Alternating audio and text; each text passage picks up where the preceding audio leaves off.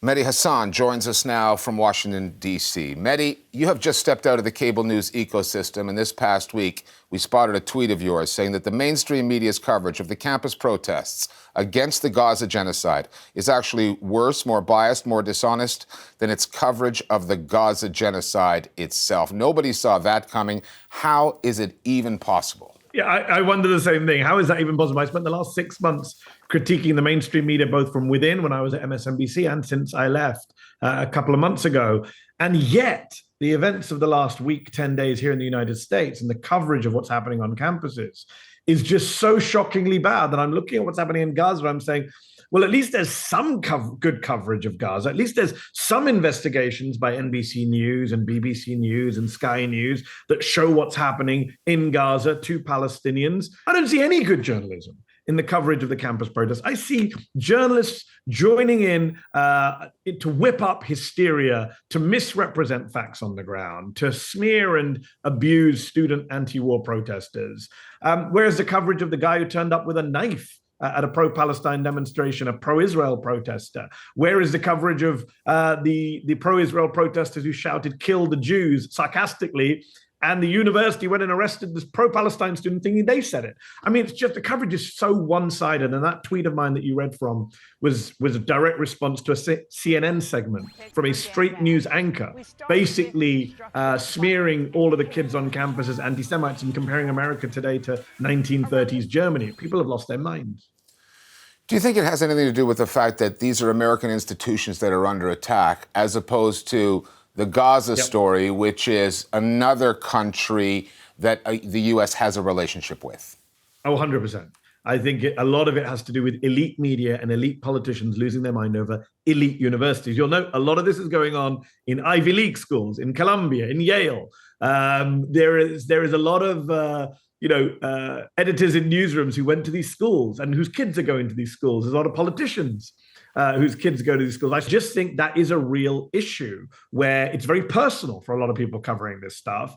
And that adds to the level of moral panic. And that's driving a lot of this, for sure. The determination that these protesters have shown, the courage in the face of suspensions, expulsions from school, extraordinary police violence, how does that contrast with the positions that we've seen in media and political heavyweights when it comes to discussing Israel's assault on Gaza over these last 7 months?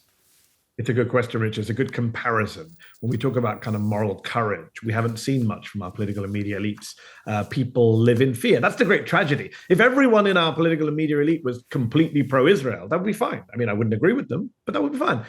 But the truth is, as you and I both know, and as I've experienced firsthand, a lot of these people in private will say stuff they won't say in public because they're scared about losing their jobs, or being accused of being pro-Hamas, or being accused of being anti-Semitic, or not getting invites to the right dinner party. And so they stay quiet. And you see the killing of Palestinian journalists in Gaza and the failure of Western journalists to speak up. That in itself, a lack of moral courage. And when you see the students, however, as you say, risking their careers, their lives, getting doxxed, getting physically assaulted, as in UCLA, they are showing us moral courage. What's so fascinating is we never learn from history. Isn't it amazing, Richard, that we say, oh, well, the civil rights protests, those were students who got assaulted by the police and were demonized by the media.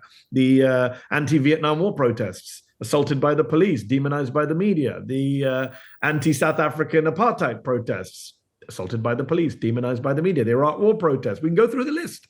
At every moment, almost every juncture, the students are on the right side of history and the media and political elites are on the wrong side, and yet we never learn. Got to ask you about the White House Correspondents' Dinner last weekend. Palestinian journalists in Gaza urged their fellow journalists in the U.S. to boycott that event, saying, quote, to fraternize at an event with President Biden would be to normalize, sanitize, whitewash the administration's role in genocide. You did not attend. What did you make of those who did? And what went down at that glitzy dinner? What happens? Walk us through the spectacle, the optics. So I was supposed to go. as a guest of another media organization. I used to go with NBC, but obviously I've left NBC. I went 2 years running. And even before Gaza, Richard, as you well know, there have been long debates in this town about whether journalists should attend the dinner, the pros and cons of it. Did I feel a little seedy going the last 2 years? Yes, but I justified it in my head as well. This, it's a sociological experiment, it's an anthropological experiment to see how the other half live. Okay. And it was fascinating. And look, I'm a journalist. I enjoy going to events where you meet other journalists, you make connections, have contacts, meet people you haven't seen for a while. So, is there a harm to it? Yes. Is there a pro to it? Well, I enjoyed Trevor Noah's set a couple of years ago. I enjoyed Roy Wood Jr.'s roasting of the president and the media last year. This year's comedian didn't do so much roasting of the president. It was actually a little deferential to President Biden, surprisingly, or maybe not surprisingly. But look, the bigger issue is this. Palestinian journalists were saying, please boycott this dinner because the Biden administration is complicit in attacks on journalists in Gaza with American-made weaponry. You can't go along and laugh about stuff with the president and have the president talk about free speech and not mention those journalists, by the way. As predicted, Biden did not mention the record number of journalists, more than 90 journalists, according to the Committee to Protect Journalists, killed in Gaza since October the 7th. And the president of the White House Correspondents Association mentioned that in passing, to be fair to her. She did mention the killing of Palestinian journalists, but Biden didn't. Obviously, the comedian didn't. And it's a problem, right? And the problem is that people in this town, both politicians and journalists, just don't see Palestinians as full human beings. That's just a reality. I mean, we've slowly come around to accepting our kind of implicit biases when it comes to our treatment of Black people, but we still haven't really kind of reckoned with how we see brown people in the Middle East as expendable, as not fully human, as unpeople. Because how else do you explain the fact that media industry insiders will make lots of noise for journalists in Ukraine or Russia, but not in Gaza? Why is that? How do we justify that? I don't know the answer to that question. It's horrific. Finally, we're on the precipice, possibly, of a full-scale invasion of Rafah by Israeli forces. We know how disastrous that could be. What kind of questions should American journalists be asking of the administration, the State Department, those officials now?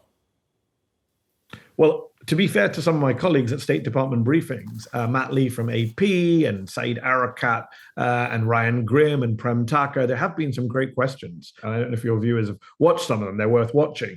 But look, as a whole, the press corps needs to do much more to hold this administration to account for its direct role in the atrocities. For far too long, for far too many months, we've simply reported on leaks out of the White House. Joe Biden's very upset with Benjamin Netanyahu. Joe Biden dropped an F-bomb on Benjamin Netanyahu. Joe Biden's very reluctant.